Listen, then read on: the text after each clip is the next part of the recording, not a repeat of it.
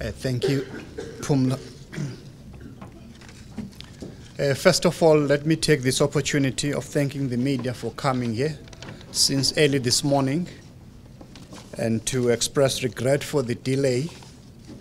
It was not due to the Air Force, but we understand that the ambulances in Lagos that were supposed to ferry our patients to the airport, there were about 7, so that's why it took so long to transport them to the airport.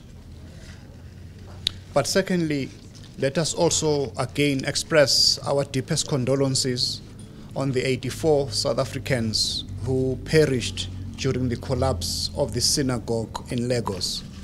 We understand from our assessment team that the total number of people who have perished is now 115, but that those are not all South Africans. South Africans, about 84 that have died. We have reached a major milestone in this very difficult journey of bringing back the mortal remains of our South African citizens. This morning, as we have seen, 26 injured South Africans have been brought back, including 3 children.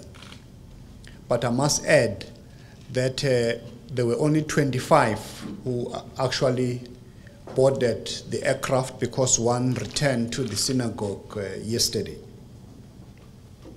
Thirdly, I want to thank the net joints led by the National Commissioner, the Defense Force, and all other law enforcement agencies that have been responsible for this very difficult task, which they are performing in a very highly professional manner.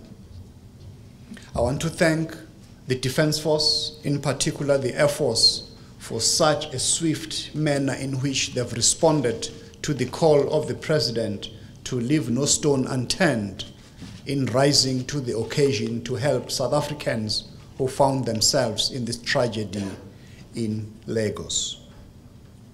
In particular, I want to thank Professor Lee Wallis, who's the head of the Department of Emergency Medicine in Cape Town, who was also flown to Lagos to be part of this assessment team. This particular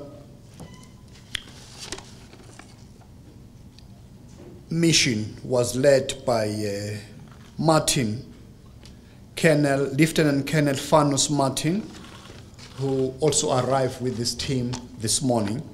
I just want to mention a few, just to express government's own appreciation to the effort that has been done. The orthopedic surgeon, Colonel Professor Theo Leroux, and other medical officers who are specialized in aviation medicine, the nursing officers who are specialized in aviation nursing, the military paramedics who are qualified in advanced life support. I understand that this evacuation is the biggest evacuation effort by the Air Force since the dawn of democracy. They were transported by the 6 130 aircraft by the South African Air Force, which has actually been converted into an air ambulance, as we have seen the patients who were leaving the aircraft. In terms of the nature and the extent of the injuries, that's why we appeal to the media to preserve the privacy of the patients. 3 of the patients who landed this morning had their limbs amputated, others from upper knee and others below the knee.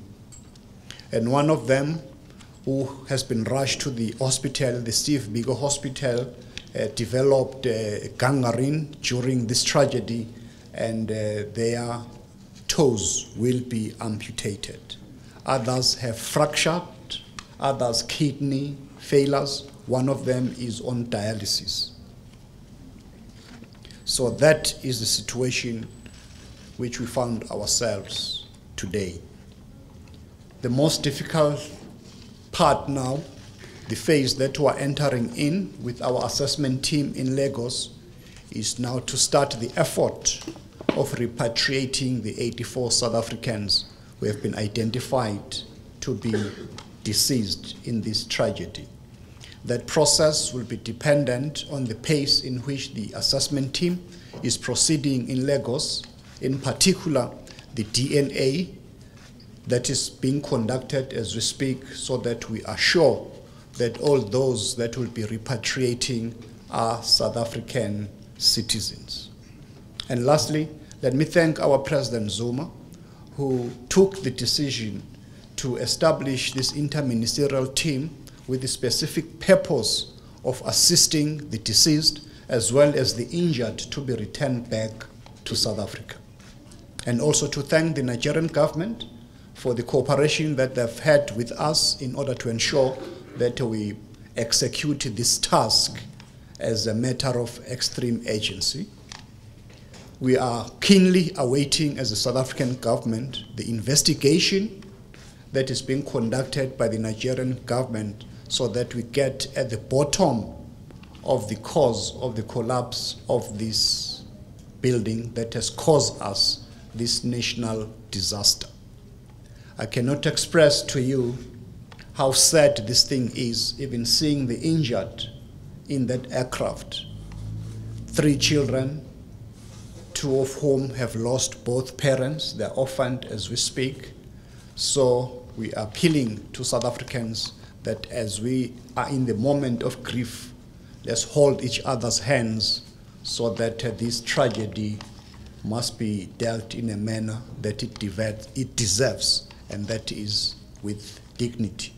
The person who returned to the synagogue, I don't know the specific reasons, but that's what we were told, that when they were being brought back, the person decided to go back to the synagogue.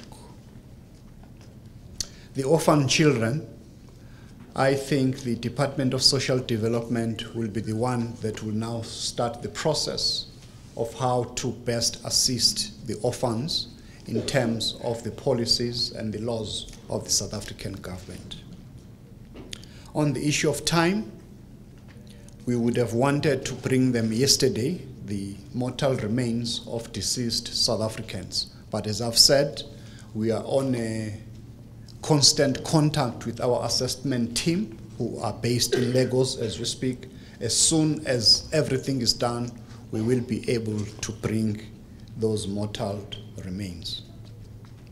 On South Africans not yet identified, as far as our information is concerned, we have identified all South Africans who were involved in this tragedy, 84 deceased, 26 injured, and they've all been brought back except the one who decided to remain in Lagos, in the synagogue. On the advisory, still too early days. We are waiting for the investigation by the Nigerian government, how to take things forward, and also our assessment team who is there on the ground in Lagos before we can go into the next step.